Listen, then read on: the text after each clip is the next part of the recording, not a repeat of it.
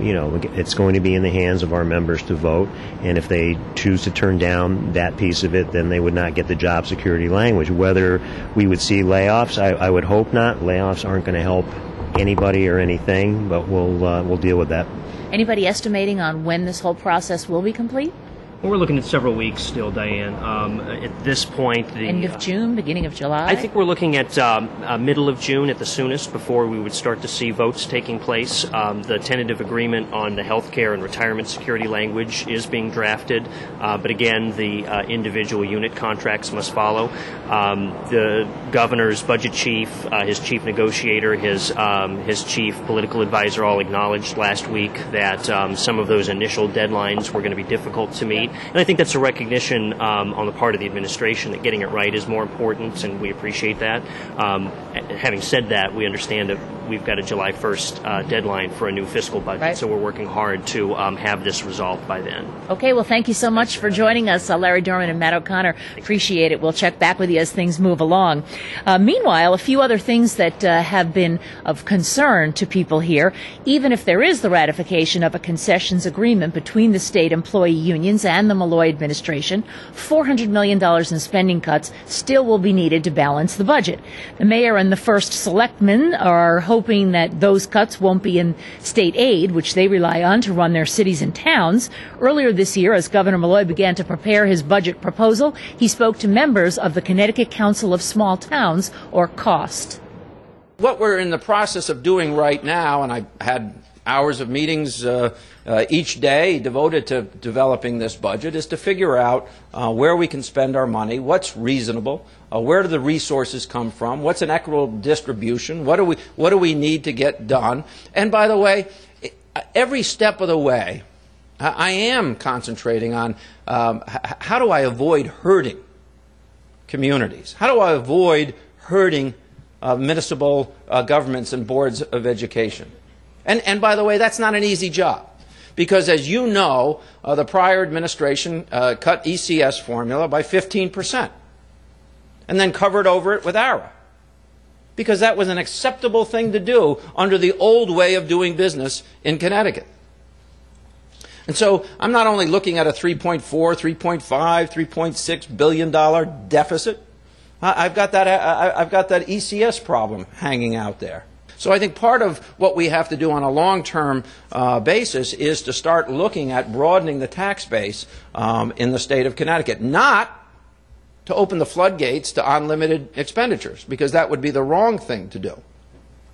But to make it easier for communities' economic base to transition from an over-reliance on property taxes, driving property taxes entirely too high in some cases, to something that raises revenue in other ways, and, by the way, taps into what I'll call in this room foreign money, money from other states, people who are spending time in our state, in our hotels, or spending money on buying expensive items in the state. So, those are some of the things that I think we have to do.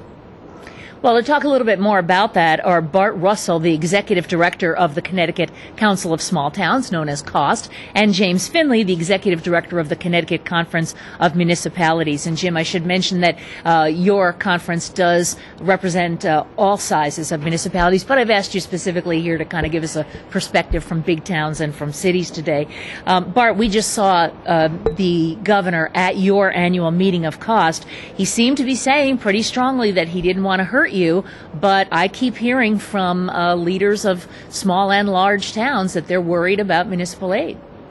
Well, I think we ought to credit the governor for coming out of the box in the beginning of the session with a commitment as a former mayor to level funding of municipal aid, because he understood to cut it at this point would be to transfer this state problem really on the backs of local residents and property taxpayers. So we are concerned. There is some uncertainty, but we have had a commitment from the legislative leadership, both Democratic and Republican caucuses, from the get-go, that they would hold towns harmless. And I think the biggest problem right now is the uncertainty. Mm-hmm. And Jim, municipal aid is about 14% of the state's total budget. Tell people, what do the towns and cities use that municipal aid for? Where does it go? The single largest grant to towns and cities from the state is for education, and the education cost sharing grant, and that's been level funded for the last 2 years. Meaning it's been flat. Exactly. And what the governor did in order to level fund it for the next 2 years in his budget was to find over $540 million that had previously been paid for through federal stimulus funding. So that was a huge benefit to towns and cities in the backdrop of a $3.2 billion state budget deficit to find over $500 million in new state funding for education. But that money is a one-time only thing. Is it not? Well, the federal stuff was. Yeah, the federal money. But the governor, under the adopted budget and under his original proposal, continues to fund it with state funding. So it's not a one-shot. If the concessions deal is not ratified, then you must be concerned. All bets are off. There's no question that if the $1.6 billion in savings that the governor hopes to achieve in the concession deal fails, city and towns across Connecticut are at risk of getting significant municipal aid cuts. And in fact, you've been running ads on your website that say, do the math. If it basically comes down to saying if the union concessions aren't approved, fewer teachers, fewer cops, fewer services. Correct. And if you look at the Plan B budget options that were out there, they would be devastating to particularly our poorer cities and towns. It would cause massive municipal employee and teacher layoffs across the state. Bart, one of the things that the governor has been looking for the authority to do is to have the unilateral authority to make a decision on where cuts would come, even within that $400 million gap. So if that's the case, you said that you have the support of leadership, but again, what does that mean? Well, with all due respect to the governor, and we do hold him in high esteem, we're hopeful that that isn't an eventuality. Look, towns and cities are in the middle of adopting their budgets, and if 10% cuts are made across the board, let's say hypothetically, that's a big deal, and towns don't have the capacity to make up for that once those budgets are adopted. So we're hopeful that that isn't an eventuality. How about the fact that this process is taking quite a long time and that the final budget might not really be in place by the time the legislature closes, maybe not even by July 1st? How does that affect this process that's already going on in the towns? Well, there's one thing that is certain about municipalities. The most important thing to them in the municipal budget making process is predictability. We haven't had it for years. We've always hoped for it. We wished we had budgets that were adopted early on.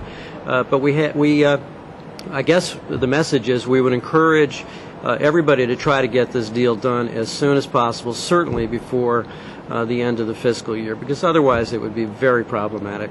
Jim, one of the other things that we always hear the municipalities talking about every session are what have come to be known as unfunded mandates.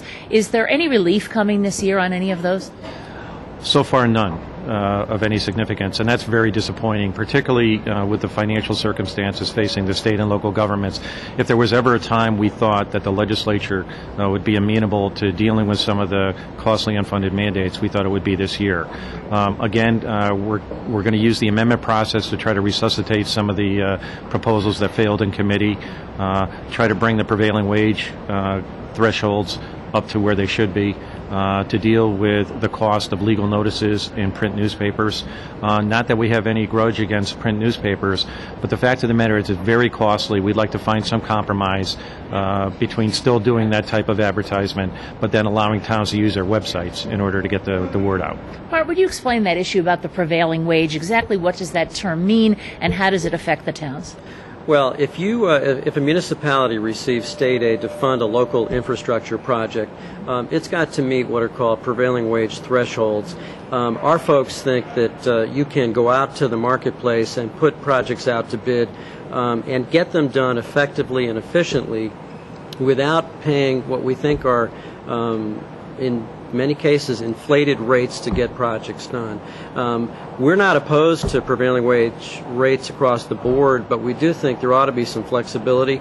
The threshold for kicking into a project has been $400,000 for a new project and $100,000 for a renovation project. But those thresholds haven't been raised in nearly 2 decades. And so our dream has been, our hope has been to raise those thresholds to, let's say, $800,000 for new, $400,000 for renovation, and then link them to inflation so that they keep pace. I mean, not to be cavalier, but what can you do for $100,000 anymore Exactly. as in terms of infrastructure Exactly. improvement? Not very much. One of the other things that I know that you've been concerned about is a bonding package that you're looking for. Is that still alive?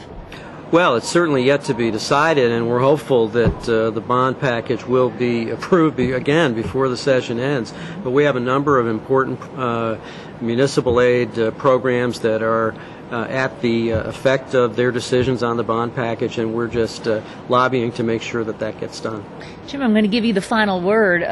You know, that it's getting very close here. There's only about 2.5 weeks left, and yet it sounds as though you have a lot of things still on your agenda. No question about that, Diane, but I'm guardedly optimistic that when OPM Secretary Barnes comes up with a gap proposal to deal with the $400 million gap between the concessions, savings, and what they need to get to balance the budget, municipal aid will not be on the table. Again, as my colleague mentioned, Governor Malloy has been very consistent and steadfast that he doesn't want to balance the state budget on the backs of property taxpayers in towns and cities. I don't think there's any stomach in the legislature to go back into the adopted budget and cut municipal aid, or to give the governor rescission authority that would allow him to cut municipal aid in mid-year. Right now, he's prohibited from doing that. I don't think the legislature wants to cede that authority to this governor. Okay, thank you. And Bart, we'll see many of your members up here on Thursday when COST has its leadership day on the Hill. Absolutely. Thank you so much, both of you, for being with us, Jim Finley and Bart Russell. I appreciate it. Now a look at what CTN will be carrying live today. At 10 o'clock this morning, you can see the House session on the air and CTN's web stream. And at 11 o'clock, the Senate is expected to go into session, and you can see that on our CTN web stream. And now a look at some of the other things going on at the Capitol today.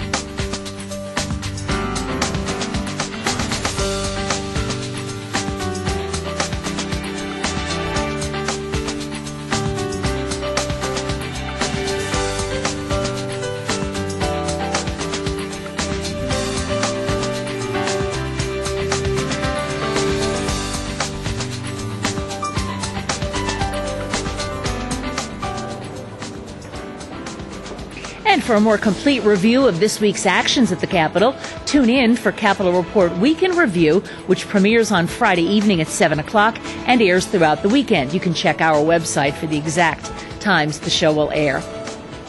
And now to recap our big stories of the day, House and Senate action could come as early as today on the budget implementer bills, which contain all of the details of the biennial budget signed into law earlier this month. And yesterday, as Governor Malloy announced his support for a complete analysis of the Route 11 highway extension in southeastern Connecticut, the governor also said that he is open to the idea of tolls paying for that long-delayed project.